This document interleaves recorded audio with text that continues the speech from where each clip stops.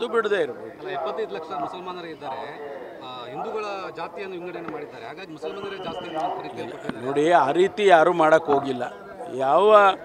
ಯಾವ terms of reference ಕೊಟ್ಟಿದ್ರು ಅವರಿಗೆ, ಯಾರಿಗೆ, ಬ್ಯಾಕ್ವರ್ಡ್ ಕ್ಲಾಸ್ ಕಮಿಷನ್ಗೆ, ಆ ಆಧಾರದ ಮೇಲೆ ಮಾಡಿದ್ದಾರೆ, ಹೋಗಿದ್ದಾರೆ.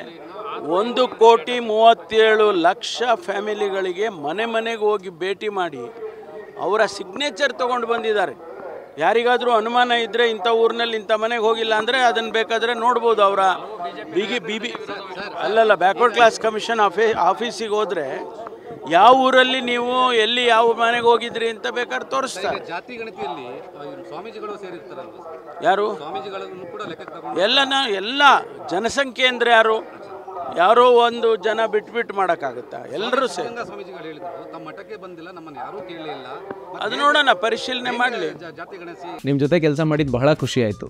ನೀವೇ ಬೆಸ್ಟ್ ಬಾಸ್. ಇಷ್ಟು ಮ್ಯಾನೇಜರ್ ಆಗಿದ್ದೆ, ಇನ್ನು ಮುಂದೆ ಬಾಸ್ ಆಗ್ತೀನಿ. ಹೇಗೆ? Boss Vala B the boss. ಅಲ್ಲ, ಪರಿಶೀಲನೆ ಮಾಡೋಣ. ಒಂದು ವೇಳೆ ಆ ರೀತಿ ಆಗಿದ್ದರೆ ಅದಕ್ಕೇನು ಉತ್ತರ ಮಾಡಬೇಕು, ಕರೆಕ್ಟಿವ್ ಮೆಜರ್ಸ್ ಅಂತ ಇರ್ತಾವಲ್ಲ, ಅದು ಮಾಡೋಣ.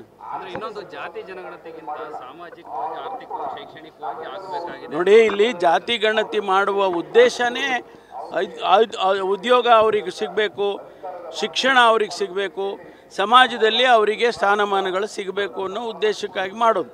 ಹಿಂದೆ ಉಳಿದಿದ್ದಾರೆ ಸಮಾಜ, ಯಾವುದೋ ಒಂದು ಸಮಾಜ ಹಿಂದೆ ಉಳಿದಿದ್ದಾರೆ ಅಂದಾಗ ಅವರನ್ನು ಮುಂದಕ್ಕೆ ತರೋ ಅಂಥದ್ದು ಟರ್ಮ್ಸ್ ಆರ್ ರೆಫರೆನ್ಸ್ ಕೊಟ್ಟಿರೋದು. ಆ ಉದ್ದೇಶದಿಂದ ಅಲ್ವಾ ಮಾಡಿರೋದು. ಆ ಉದ್ದೇಶ ನಮಗೆ ಸಫಲ ಆದರೆ ಸಾಕು.